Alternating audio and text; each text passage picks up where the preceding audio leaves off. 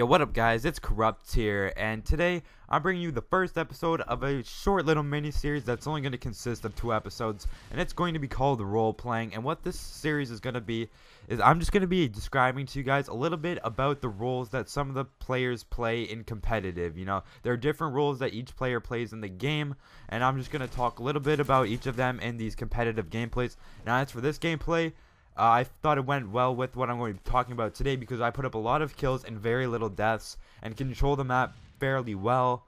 So I thought it'd be a great gameplay to show you guys.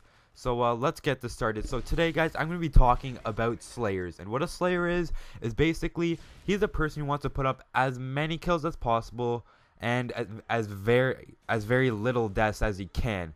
A Slayer is usually sitting in a power position on the map, and what a power position is usually a spot where he can control the map. You know, he can see the enemy team spawn, he can see the places where all the enemies are going to be most of the time, and he can also see, you know, like what's going on around the map and be in a real advantage. You know, if he was to get into a gunfight or something, he would have the advantage because he puts himself into a spot where he has, you know, a great chance to win the gunfight and, you know, help out his team.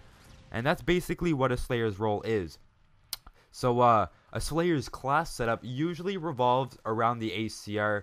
The Type 95 isn't banned, but most players do not use it because it's just not really respected in competitive games. It's seen as overpowered, so nobody really uses it. So your main class setup is usually going to be an ACR with red dot sight, any camo, and the second and third perks are going to be the same. It's going to be Quick Draw Pro and Dead Silence Pro, but for the first perk, it will sort of it varies on the person. It could be Extreme Conditioning if you plan on playing more of a slobge, which is a Slayer / OBJ, where, you know, you slay but you're pushing up a lot, you're running around and getting those kills and still, you know, playing the objective and pulling the flags instead of just watching it to make sure your flag carrier captures flags and stuff.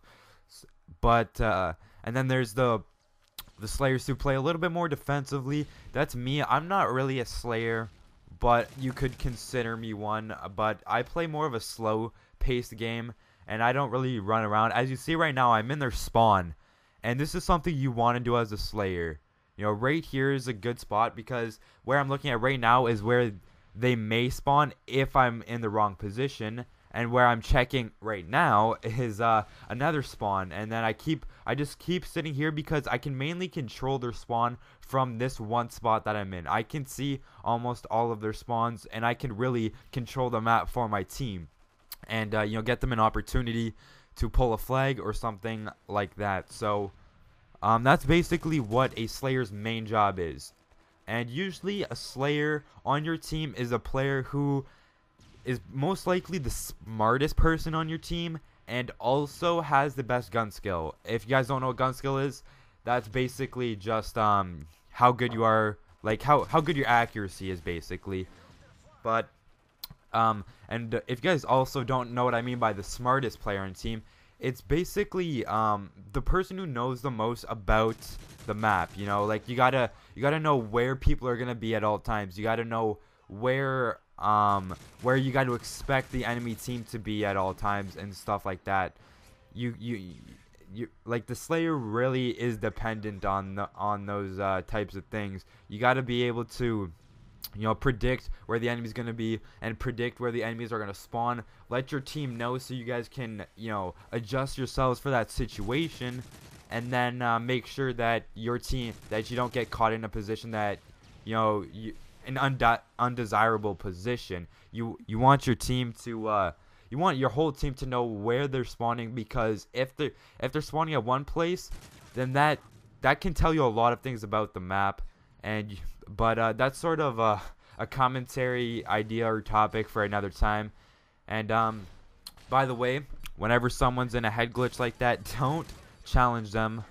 But yeah, so anyways guys, that's the first half, and on lockdown, that half of this map is considered the bad side, where it's harder to get flag caps. So, you know, I think I really step it up in the second half. playing smart and watching spawns and stuff like that. So, but anyways, guys, so that's basically what a Slayer's job is.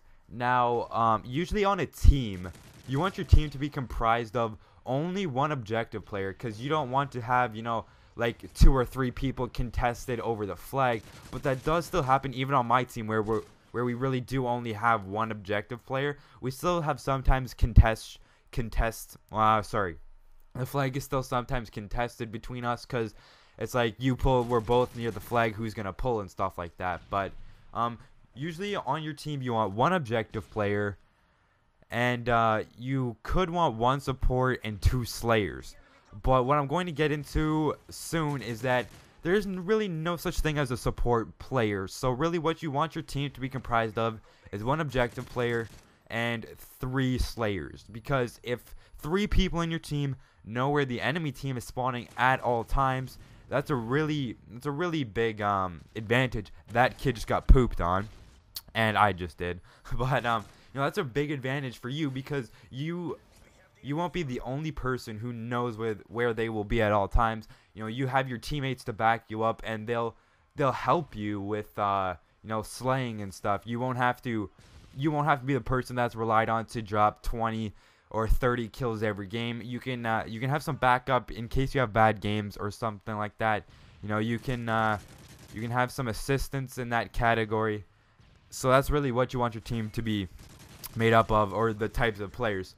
Now, since support, I don't really consider support a player type, I'm going to talk about it in this commentary, because there's only a few minutes left and there's not really much to talk about. So what a support player is a person who watches cutoffs. And what I mean by cutoffs is when your team runs a flag, the other team is most likely going to use multiple routes to try and get to your flag to stop your flag carrier from capturing the flag. And as you see here, I killed one guy who was going through the bottom mid tunnel near their flag, and then I hopped out to go over towards the church side, and I picked up one guy there. And as you saw, the enemy team pushed in 2 separate locations to try and get their flag back. And you see, what your support players or /slayers are supposed to be doing is watching those ways to make sure that they can't get to your objective player and kill him or stun him or delay him at all. You're trying to give him as clear of a path as possible, but usually that's not the easiest thing to do. But if you do manage that, it's quite a success, I would say. So that's basically a support player's job. Now, in my opinion, though, really, for a support player, when you're playing as a support player, you're basically in a head glitch all the time. You're going to be watching a respawn, or sorry, one of the enemies respawns, or somewhere close to their spawn, in order to, get the cutoff. That's where you're going to be watching for them to come from. But and so you want to put yourself in a head glitch so you have the best opportunity to win the gunfight.